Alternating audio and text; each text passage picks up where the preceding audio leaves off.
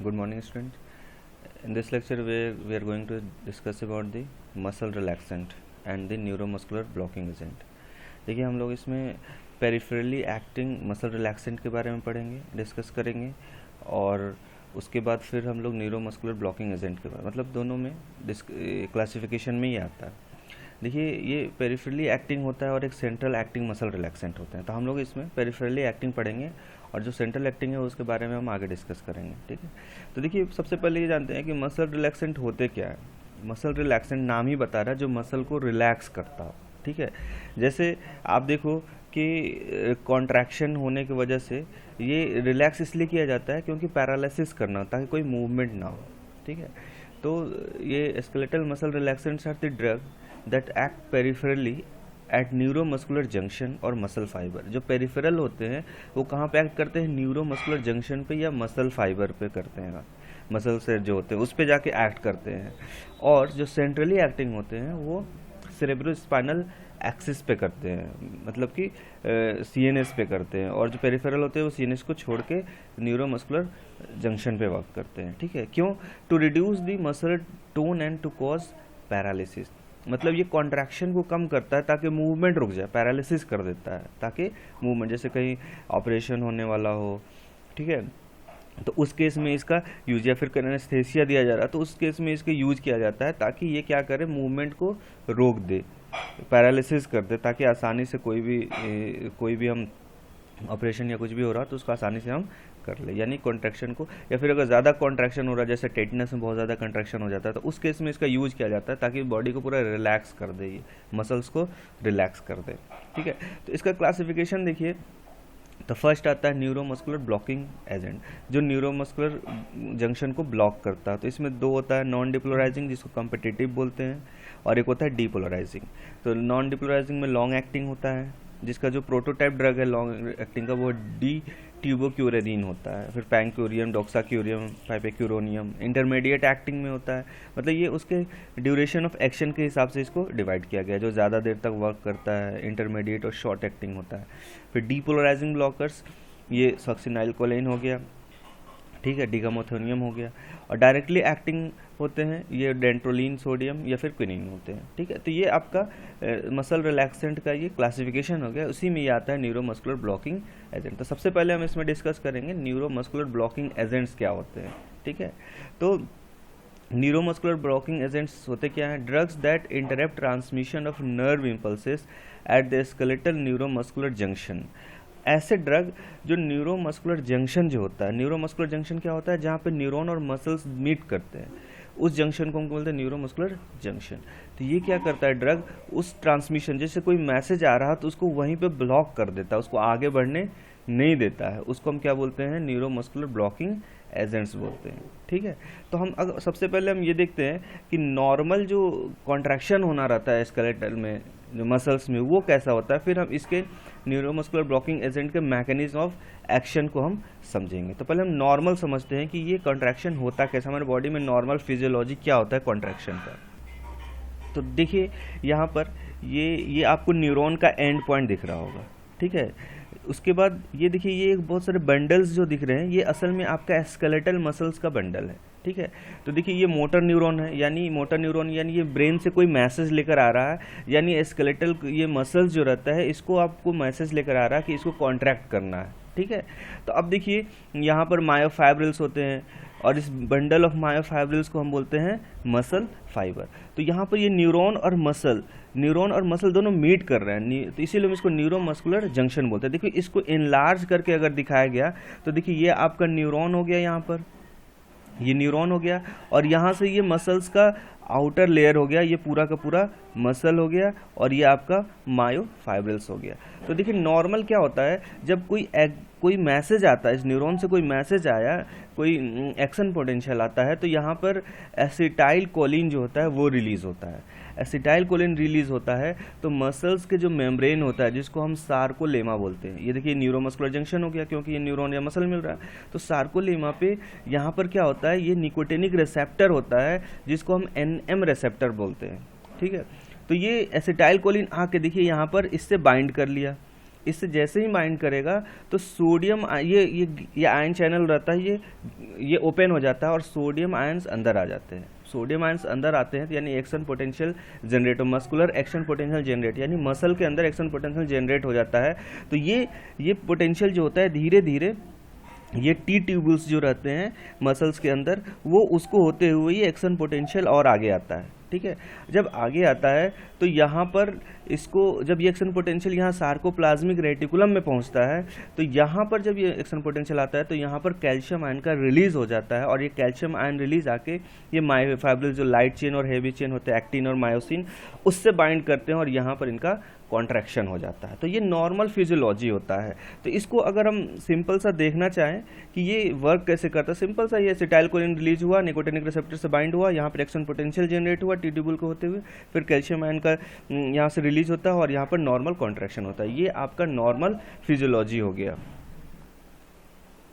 अब देखिए अगर इसको एनिमेशन में देखना है तो देखिए सिंपल सा कोई एक्शन पोटेंशियल आया, यहाँ पे एसिटाइलकोलिन इससे बाइंड हुआ, सोडियम यहाँ से रिलीज हुआ, एक्शन पोटेंशियल जनरेट हुआ, फिर से एक्शन पोटेंशियल, यहाँ पर कैल्शियम आया और यहाँ पर इसका कॉन्ट्रैक्शन हो गया। तो दिस इज सो सिंपल। अब देखिए जो न्यूरोमस्कुलर ब्लॉकिंग एजेंट रहते हैं वो जनरली इस निकोटिनिक रिसेप्टर रहता है, इसको ब्लॉक करते हैं। ताकि इसको ब्लॉक कर देंगे तो एसिटाइलकोलिन यहाँ आके बाइंड नहीं होगा और एक्शन पोटेंशियल आगे नहीं जाएगा और यहाँ पर कॉन्ट्रैक्शन नहीं होगा। ठीक है, इसीलिए मसल रिलैक्स स्टेज में रहेगा। ठीक है, तो जो न्यूरोमस्कुलर ब्लॉकिंग एजेंट रहते हैं उनका यही रहता है मैकेनिज्म ऑफ एक्शन को, वो इस निकोटिनिक रिसेप्टर को ब्लॉक करते हैं। तो इनको दो पार्ट में डिवाइड किया गया है, नॉन डिपोलराइजिंग एंड डिपोलराइजिंग। तो देखिए इनका मैकेनिज्म ऑफ एक्शन मैंने बताया आपका कि the site of action of both competitive and depolarising blocker is the end plate of the skeletal muscle fibre. जो मैंने आपको दिखाया कि एंड प्लेट जो होता है वहाँ पर वो निकोटिनिक रिसेप्टर से बाइंड कर लेते हैं। तो अब इसमें न्यूरोमस्कुलर ब्लॉकिंग एजेंट में फर्स्ट आता है नॉन डिपोलराइजिंग ब्लॉकर्स। ये क्या करते हैं, this drugs competitively antagonize the action of acetylcholine at the nicotinic receptor of the neuromuscular. मैंने अभी आपको दिखाया जो निकोटिनिक रिसेप्टर रहता है उस पर क्या करते हैं, कॉम्पिटिटिवली जाकर बाइंड कर लेते हैं और डिपोलराइजेशन से रोक देते हैं, इसीलिए इनका नाम क्या है, नॉन डिपोलराइजिंग ब्लॉकर्स। ठीक है, जैसे देखिए एसिटाइलकोलिन इस रिसेप्टर से बाइंड करता है लेकिन ये आके एंटागोनिस्ट का काम करता है और इससे आके बाइंड कर लेता है। मतलब इसके पास एफिनिटी तो है बाइंड करने का लेकिन इंट्रिंसिक एक्टिविटी यानी कोई फार्माकोलॉजिकल एक्शन ये नहीं देता है। ठीक है, तो इसमें ये हो गया कि वो वहाँ पर आके बाइंड कर लिया और उसको वहाँ पर डिपोलराइजेशन होने से रोक लिया। इसको अगर आप देखना चाहें फिगर में तो देखिए यहाँ पर नॉन डिपोलराइजिंग एजेंट्स कैसे यहाँ पर आके बाइंड कर लिए हैं, ये निकोटिनिक रिसेप्टर पे नॉन डिपोलराइज और सोडियम आयंस को यहाँ पर आने नहीं दे रहे, यानी एसिटाइलकोलिन को यहाँ पर बाइंड होने नहीं दे रहे हैं और यहाँ पर सोडियम आयन अंदर नहीं जाएगा तो फिर वहाँ पर डिपोलराइजेशन नहीं होगा और डिपोलराइजेशन नहीं होगा तो फिर कॉन्ट्रैक्शन भी नहीं होगा, यानी मसल पूरे रिलैक्स स्टेट में रहेगा। तो ये नॉन डिपोलराइजिंग का हो गया। देखिए ये जो नॉन डिपोलराइजिंग रहता है ये कॉम्पिटिटिव ब्लॉकर्स भी बोलते हैं। ये क्या करता है, ये प्री जंक्शनल निकोटिनिक रिसेप्टर को भी ब्लॉक कर देता है, जिसकी वजह से क्या होता है, एसिटाइलकोलिन जो रहता है वो ज़्यादा का ज़्यादा वहाँ पर रिलीज होने के लिए वहाँ एंड मेम्ब्रेन पे नहीं आ पाता है, जिसकी वजह से क्या होता है कि डिप्रेशन ऑफ न्यूरोमस्कुलर ट्रांसमिशन, मतलब न्यूरोमस्कुलर ट्रांसमिशन होता है धीरे धीरे एकदम से कम हो जाता है क्योंकि ये प्री जंक्शनल निकोटिनिक रिसेप्टर रहता है उसको भी ब्लॉक कर देता है, जिसको हम फेड फेनोमेनन बोलते हैं। मतलब जो ट्विचिंग होता है, जो कॉन्ट्रैक्शन होता है वो क्या होता है धीरे धीरे ब्लॉक होने की वजह से एकदम धीरे धीरे कम होता जाता है रिपीटेटिव स्टिमुलेशन से। ठीक है, अब तो सेकंड आता है आपका डीपोलराइजिंग ब्लॉकर्स। ये न्यूरोमस्कुलर ब्लॉकिंग का सेकंड क्लासिफिकेशन है, डीपोलराइजिंग ब्लॉकर्स।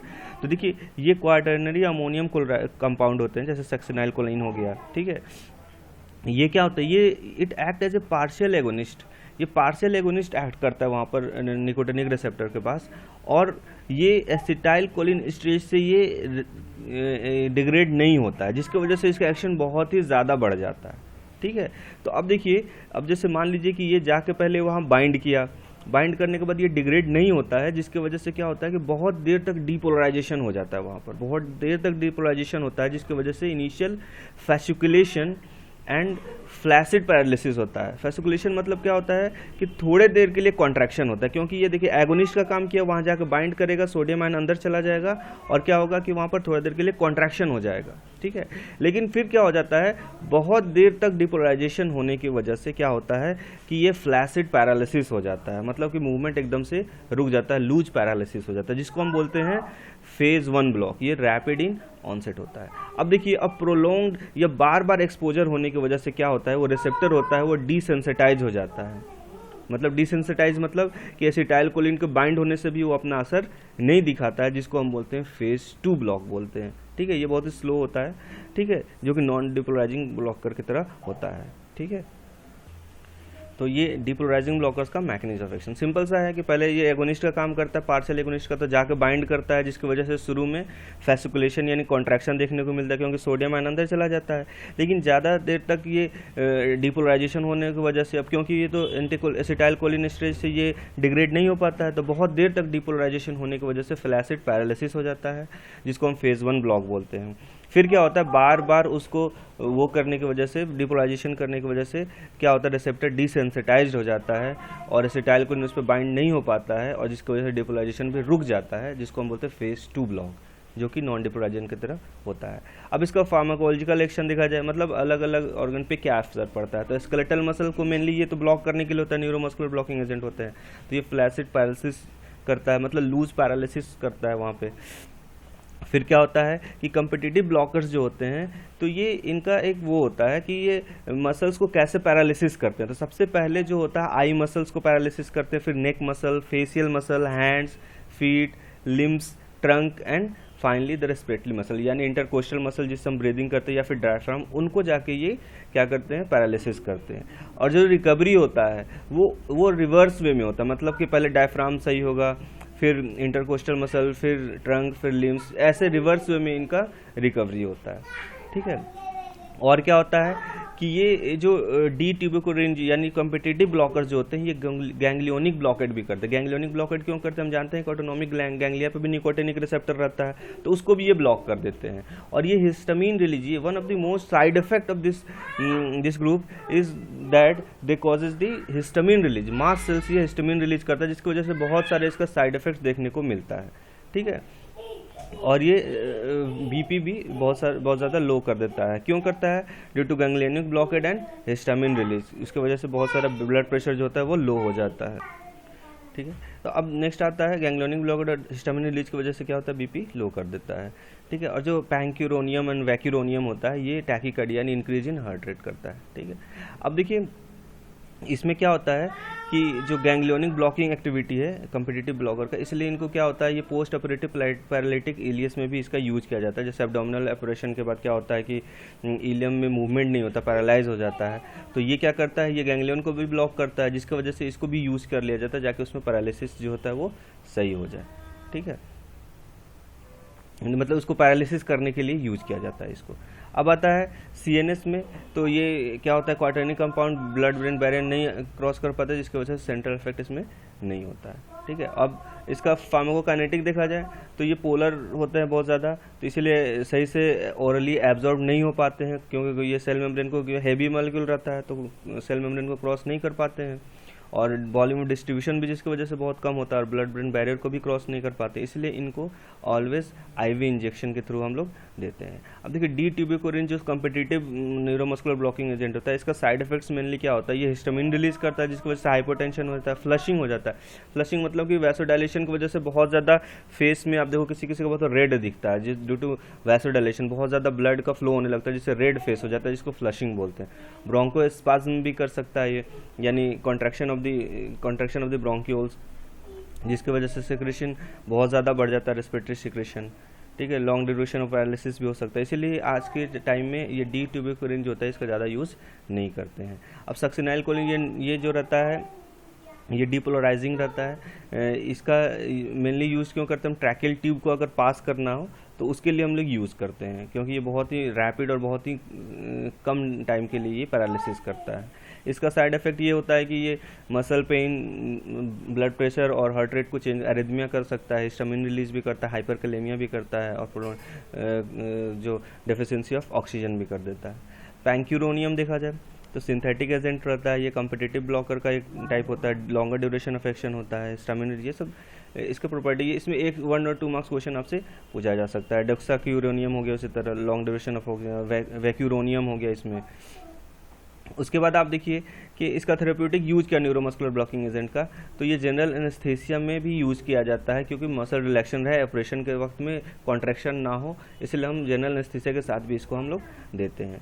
और कोई एब्डोमिनल थोरेसिक सर्जरी करना हो, या इंट्यूबेशन या ट्यूब को अंदर डालना हो, इंडोस्कोपी जिससे हम अपने स्टोमक के बारे में स्टडी करते हैं, उसमें हम इसका यूज़ करते हैं ताकि ये पैरालिसिस रहे और आसानी से हम स्टडी कर सकते हैं। ठीक है, वेंटिलेटर जो हम लोग सपोर्ट करते हैं क्रिटिकल इल पेशेंट, उसमें भी इसका यूज़ करते हैं। टेटनस और स्टेटस एपिलेप्टिक्स यानी एपिलिप्सिस, बहुत ज़्यादा एपिलिप्सी अगर किसी को ज़्यादा है, टेटनस से बहुत ज़्यादा कॉन्ट्रैक्शन हो जाता है जो कंट्रोल नहीं हो पाता है, उस केस में हम न्यूरोमस्कुलर ब्लॉकिंग एजेंट का भी यूज़ करते हैं। तो this is all about the neuromuscular blocking agent. अब देखिए स्केलेटल मसल रिलैक्सेंट में फर्स्ट था न्यूरोमस्कुलर ब्लॉकिंग एजेंट, सेकंड होता है डायरेक्टली एक्टिंग मसल रिलैक्सेंट। तो उसमें मेनली जो होता है डैंट्रोलिन होता है, ये डायरेक्टली एक्टिंग होता है, यानी कि ये डिपोलराइजेशन जो कैल्शियम रिलीज जो होता है, जो मैंने आपको बताया था कि कैल्शियम रिलीज जो सार्कोप्लाज्मिक रेटिकुलम से रिलीज होता है, उस रिलीज को ये रोकता है। कैसे? By blocking the ryanodine receptor. उसमें रायनोडिन रिसेप्टर रहता है, उसको ब्लॉक करके ये वहाँ पे कॉन्ट्रैक्शन को रोक देता है। ठीक है, तो अगर कोई मैलिग्नेंट हाइपरथर्मिया हो गया हो, तो या बहुत ज़्यादा स्पाज्म कॉन्ट्रैक्शन हो गया, उसमें ये लाइफ सेविंग ड्रग का एक्ट करता है, जिसमें ड्राउजिनेस साइड इफेक्ट आता है, ड्राउजिनेस, डायरिया, डिजीनेस या हेडेक या फैटिक, मतलब वो थकान भी हो सकता है। तो this is all about the peripherally acting muscle relaxant in which we study about the neuromuscular blocking agent. अब देखिए इसमें क्वेश्चन जो रहता है वो जनरली कैसे आएगा, क्वेश्चन अगर आना रहेगा तो इसमें से आपको जैसे क्लासिफिकेशन पूछ सकता है कि classify the muscle relaxant, peripherally acting muscle relaxant, और फिर या फिर classify neuromuscular blocking agent and explain the mechanism of action of the neuromuscular blocking agent. तो इसमें आपको नॉन डिपोलराइजिंग और डिपोलराइजिंग दोनों के मैकेनिज्म ऑफ एक्शन को आपको एक्सप्लेन करना पड़ेगा। ठीक है, या फिर यूज किसी कंपाउंड के बारे में, जैसे पिछली बार आप देखो क्वेश्चन आया था डी ट्यूबिकोरिन के साइड इफेक्ट्स, इसका फार्माकोलॉजिकल एक्शन और यूज पूछ दिया था। तो आपको ये चीज़ पता रहेगा कि ये किस में क्लासीफाई किया गया है, तो आप आसानी से इसको क्लासीफाई कर सकते हो और इसको एक्सप्लेन कर सकते हो। तो ये सारे कंपाउंड का नाम आपको ये इसी बेसिस पे रहना चाहिए। तो अगर किसी का भी जैसे पैंक्यूरोनियम का पूछ दिया कि इसका मैकेनिज्म ऑफ एक्शन क्या है, तो हम जानते हैं कि नॉन डिपोलराइजिंग है, तो नॉन डिपोलराइजिंग है तो ये कॉम्पिटिटिवली एक्ट करेगा, तो हम ये वाला इसमें लिख देंगे।